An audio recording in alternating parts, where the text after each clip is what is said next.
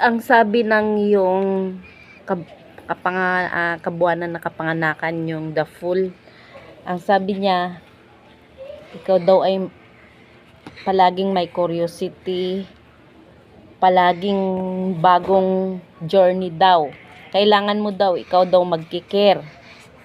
Kailangan mo daw mag-care sa isang tao.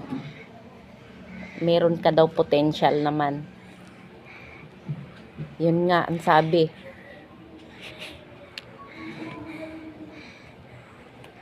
Reckless, unwise decision. Unwise decision ka ibig sabihin. Hindi mo, parang ano lang, yung kung ano yung tugtog, sinasayaw mo lang. Hindi ka makapag-decision, ganun. Kaya kahit merong nagkakagusto, parang nagkakaroon ng tuldok kasi nga parang gusto ka pero walang makita na talagang hahabol-habulin, ganun. Spread your wings daw and fly. Beginning, endings, innocent.